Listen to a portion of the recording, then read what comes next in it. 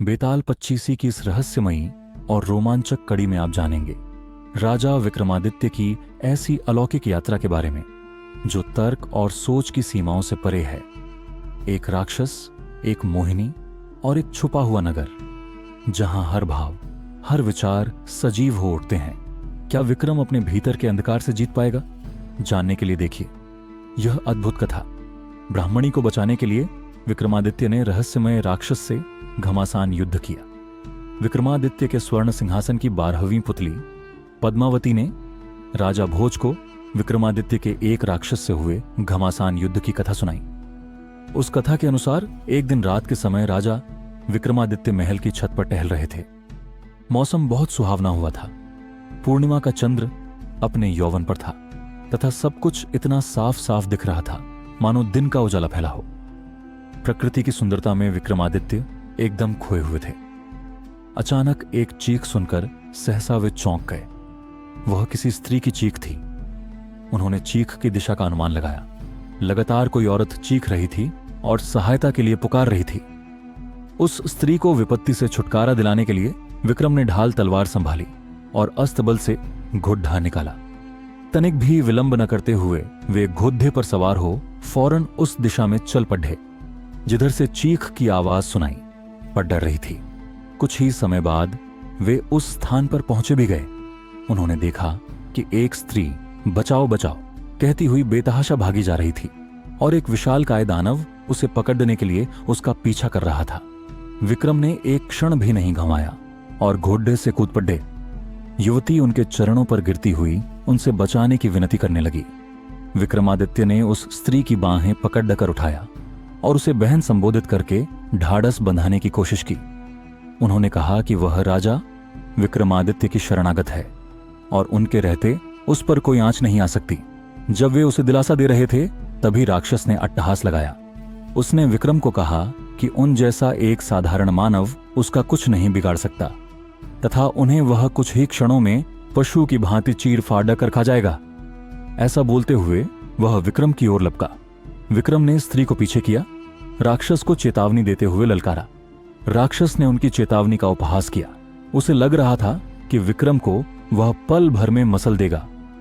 वह उनकी ओर बढ़ता रहा। विक्रम भी पूरे सावधान थे। वह ज्यों ही विक्रम को पकड़ डालने के लिए बढ़ा, विक्रम ने अपने को बचाकर उस पर तलवार से वार किया। राक्षस भी आश्चर्यजनक रूप से अत्यंत फुर्तीला था। उसने पैंतरा बदलकर खुद को बचा लिया और विक्रमादित्य से भिड़ गया। दोनों में घमासान युद्ध होने लगा। विक्रम ने इतनी फुर्ती और चतुराई से युद्ध किया कि राक्षस थकान से चूर हो गया तथा शिथिल पडेच गया। विक्रम ने उस अवसर का पूरा लाभ उठाया तथा अपनी तलवार से एक ही क्षण में उस राक्षस का सर ढड़ियच से अलग कर दिया। विक्रम ने समझा राक्षस का अंत हो चुका है, मगर दूसरे ही पल उसका कटा सिर फिर अपनी जगह आ लगा और राक्षस दुगने उत्साह से उठकर लड़ने लगा। लेकिन इसके अलावा एक और विकट समस्या पैदा हो गई। जहां उस राक्षस का रक्त गिरा था वहां एक और राक्षस पैदा हो गया। राजा विक्रमादित्य क्षण भर को तो चकित हो गए, किंतु विचलित हुए बिना एक साथ दोनों राक्षसों का सामना करने लगे। रक्त से जन्मे राक्षस ने मौका देखकर उन पर घूंसे का प्रहार किया तो उन्होंने पैंतरा बदलकर पहले वार में उसकी भुजाएं तथा दूसरे वार में उसकी टांगें काट डालीं। राक्षस असह्य पीड़ा से इतना चिल्लाया कि पूरा वन गूंज गया और तड़डप कर वह वहीं ढेर हो गया।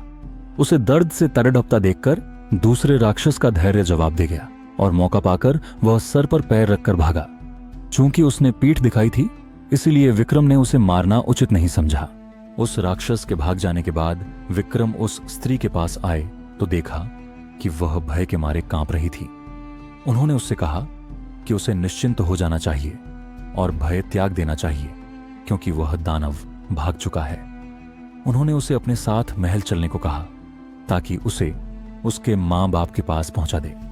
उस स्त्री ने रहस्यमय तरीके से उत्तर दिया कि खतरा अब भी टला नहीं है क्योंकि राक्षस मरा नहीं है। वह लौट कर आएगा और उसे ढूंढकर फिर इसी स्थान पर ले आएगा। अब विक्रमादित्य गंभीर होकर सोच में पड़ गए।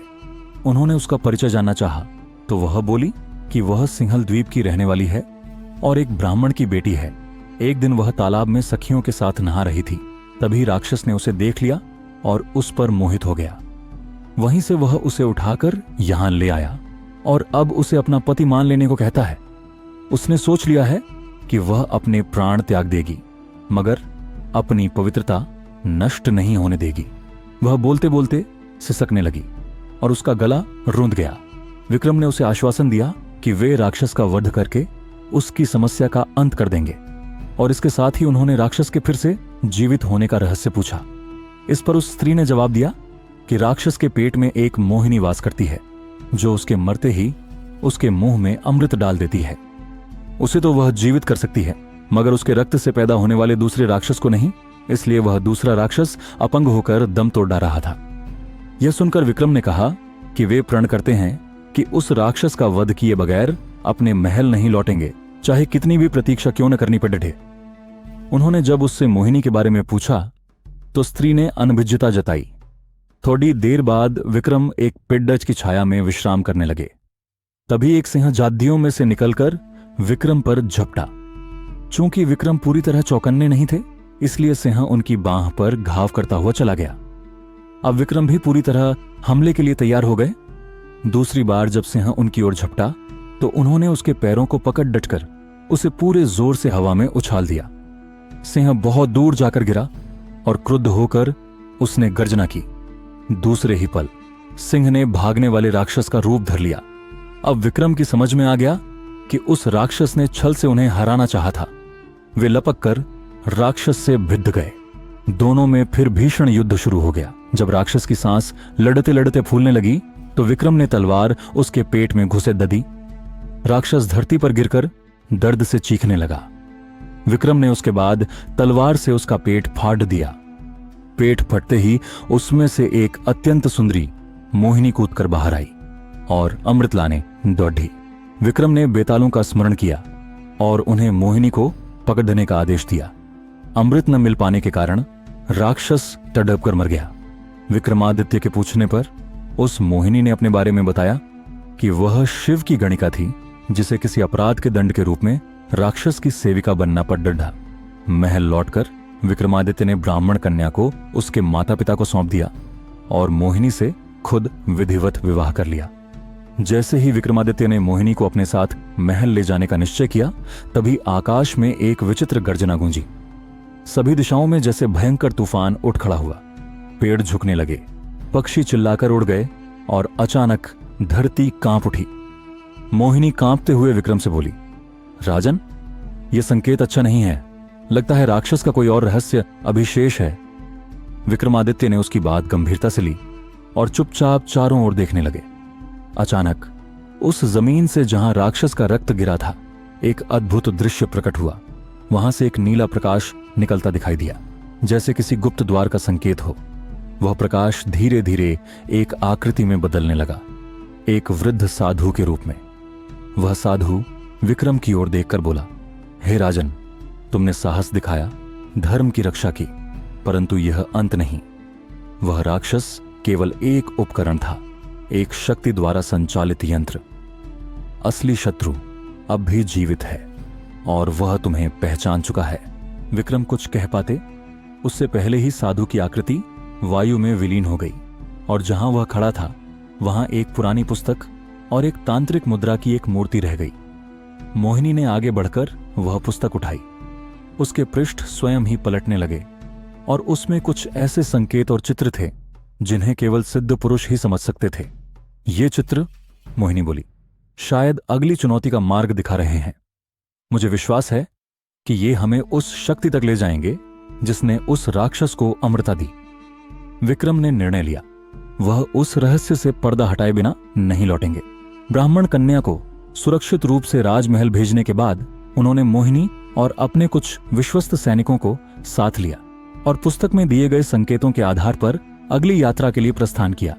लेकिन उन्हें क्या पता था कि जो अगली भूमि थी वह केवल मृत्यु की भूमि नहीं थी। वह समय और यथार्थ के पार की दुनिया थी, जहां प्रवेश तो संभव था पर वापसी एक रहस्य थी। विक्रमादित्य और मोहिनी पुस्तक में छिपे संकेतों के अनुसार एक घने और मायावी वन की ओर बढ़े, जिसे मायारण्य कहा जाता था। कहा जाता था कि वहां की भूमि स्थिर नहीं रहती, वहां समय, दिशा, प्रकाश और छाया सब कुछ चलायमान होता है। एक ही रास्ता बार बार बदल जाता है और केवल वही इसे पार कर सकता है जिसका हृदय निष्कलंक हो। मायारण्य के प्रवेश द्वार पर उन्हें एक विचित्र वटवृक्ष दिखाई दिया, जिसकी शाखाएं आकाश को चीरती हुई प्रतीत हो रही थीं और जिसकी जड़ें पृथ्वी के गर्भ में नहीं बल्कि ऊपर आसमान में उलझी हुई थीं। जैसे ही विक्रम ने वृक्ष के पास कदम रखा, वृक्ष बोल उठा, हे राजन, यदि तू सत्य का पथिक है तो उत्तर दे। क्या तू उस शक्ति को नष्ट करेगा या समझेगा? विक्रमादित्य ने बिना हिचक उत्तर दिया, मैं उस शक्ति को पहले समझूंगा, क्योंकि बिना समझे विध्वंस भी अधर्म है। वृक्ष ने अपनी शाखाएं झुका दी और जमीन में एक सीढ़ी प्रकट हुई जो अंधकार में कहीं नीचे जा रही थी। मोहिनी ने हाथ जोड़े और विक्रम के पीछे पीछे वह रहस्यमयी सुरंग में उतर गई। नीचे उतरते ही एक दूसरी ही दुनिया सामने थी, एक स्वर्णिम नगर जो समय के बाहर कहीं ठहरा हुआ था। वहां के लोग मोम जैसे लगते थे, स्थिर, जड़, मानो किसी मंत्र ने उन्हें जकड़ रखा हो। नगर का हर घर, हर गलियारा प्राचीन वैदिक शिल्प से बना हुआ था, पर सब कुछ जैसे निःशब्द और निर्जीव था। विक्रमादित्य और मोहिनी आगे बढ़ते रहे, तभी सामने एक विशाल द्वार दिखाई दिया जिस पर ताम्र अक्षरों में खुदा था, या आत्मा विजयी एस एव प्रवेश करिष्यति। जो आत्मा पर विजय पाता है वही प्रवेश पा सकता है। विक्रम ने आंखें बंद की और ध्यानस्थ हो गए। मोहिनी ने आश्चर्य से देखा कि उनकी देह से तेज निकलने लगा। तभी वह द्वार स्वयं खुल गया और उनके सामने एक विशाल सभागार प्रकट हुआ। वहां एक विशाल सिंहासन पर एक और रहस्यमयी आकृति बैठी थी। उसके चारों ओर अग्नि की दीवार थी और उसके हाथ में एक काले रत्न वाला राजदंड था। उस आकृति ने गूंजती हुई आवाज में कहा, राजा विक्रम, तुमने मेरा सिपाही मारा है, मेरी सेविका को मुक्त किया है। अब क्या तुम उस शक्ति का भी सामना कर सकोगे जिसने राक्षस को अमर बनाया? विक्रम ने तलवार निकाली नहीं, उन्होंने केवल उसकी आंखों में देखा और कहा, तू शक्ति है या छल? मैं सत्य की खोज में हूं, जो सामने आएगा उसका सामना करूंगा। तभी पूरी सभा कांप उठी। दीवारों से अचानक कई छायाएं निकलने लगीं और वो आकृति हंसी। तो चलो विक्रम, अब तुम्हारा अगला युद्ध आरंभ होता है। यह युद्ध केवल शस्त्रों से नहीं, तुम्हारे चित्त से लड़ा जाएगा। विक्रमादित्य के चारों ओर उठती छायाएं धीरे धीरे मानवीय रूप लेने लगीं, पर ये मनुष्य नहीं थे, ये विक्रम के भीतर के ही विचार और भावनाएं थीं। एक छाया ने गूंजती हुई आवाज में कहा, मैं हूं तुम्हारा अभिमान, जिसने हर युद्ध में तुझे विजयी बना दिया, पर कई बार विनम्रता से दूर भी किया। क्या तू मुझे त्यागेगा? विक्रम ने गहरी सांस ली और उत्तर दिया, तू मेरी शक्ति है, लेकिन जब तू मेरे मार्ग का पत्थर बन जाए तब तुझे पीछे छोड़ना होगा। इतना कहते ही वह छाया धुएं में बदल गई। फिर एक और छाया प्रकट हुई। इस बार उसकी आंखों में आंसू थे। मैं हूं वो पछतावा जो हर बार तेरे निर्णयों पर प्रश्न करता है, क्या तू मुझे भी छोड़ देगा? विक्रम की आंखें भर आईं, पर उन्होंने दृढ़ता से कहा, नहीं, तुझे मैं साथ रखूंगा, क्योंकि तू मुझे सजग रखता है, लेकिन तुझे मुझे रोकने नहीं दूंगा। और फिर छायाएं एक के बाद एक आती रहीं। मोह, भय, क्रोध, लोभ, करुणा, प्रेम, दया, आशंका, हर भाव, हर सोच जो कभी विक्रम के मन में रहा हो, एक प्रत्यक्ष रूप में उसके सामने खड़ा था। यह युद्ध तलवारों से नहीं, आत्मा की गहराइयों में हो रहा था। मोहिनी स्तब्ध थी। उसने ऐसा युद्ध कभी न देखा था। उसकी आंखों से आंसू बहने लगे, क्योंकि अब वह स्वयं भी एक छाया बन गई थी। उसकी छवि झिलमिलाने लगी और उसके भीतर से एक और अस्तित्व निकल पड़ा, एक और मोहिनी जिसकी आंखों में क्रोध था। मैं हूं वह मोहिनी, उसने कहा, जो शिव के अपमान से तिलमिलाई थी, जिसने अपने अपमान का बदला लेने को राक्षस का साथ दिया। क्या तू मुझे भी स्वीकारेगा राजन? विक्रम ने उसके सामने आकर अपना हाथ बढ़ाया। यदि तू पश्चाताप के आंसू बहा चुकी है तो तू मेरी संगिनी ही नहीं, मेरी युद्ध सहचरी भी है। यह सुनते ही वह छाया पिघल गई और मोहिनी दोबारा एक स्थिर रूप में आ गई, अब पहले से अधिक तेजस्वी, अधिक शांत। सभागार में सब कुछ थम गया। अग्नि की दीवार शांत हुई और वह रहस्यमयी आकृति अब उठ खड़ी हुई। उसकी परछाई खिंचती चली गईं और उसका चेहरा अब विक्रम के समान दिखने लगा। राजा विक्रम, वह बोला, तू वही शक्ति है जिसका सामना करने तू आया था। तुझमें ही वह शत्रु है और तुझमें ही समाधान। यह स्थान, यह नगर, यह सभागार, यह सब तेरे आत्मचेतन का ही विस्तार है। विक्रम कुछ क्षण तक मौन रहे, फिर बोले, यदि यही सत्य है तो मैं इस नगर को साथ लेकर लौटूंगा और हर उस व्यक्ति को उसका सामना करने का अवसर दूंगा जो अपने भीतर के राक्षसों से जूझना चाहता है। यह कहते ही पूरा नगर प्रकाश में बदल गया, जैसे सैकड़ों वर्षों की नींद टूटी हो। मोम जैसे लोग मनुष्यों में बदल गए, हवाएं संगीत में बदल गईं और एक विशाल पुष्प आकाश से गिरा जो स्वयं ब्रह्मा का वरदान प्रतीत होता था। पर यह अंत नहीं था। सभागार की सबसे अंतिम दीवार अब धीरे धीरे खिसक रही थी। वहां एक और द्वार था और उसके ऊपर लिखा था, विचार से परे जो भूमि है वही अंतिम परीक्षा की भूमि है। विक्रम ने मोहिनी की ओर देखा और बिना एक शब्द कहे दोनों ने उस द्वार की ओर कदम बढ़ा दिए। आगे की कहानी जानने के लिए चैनल को सब्सक्राइब करें। धन्यवाद।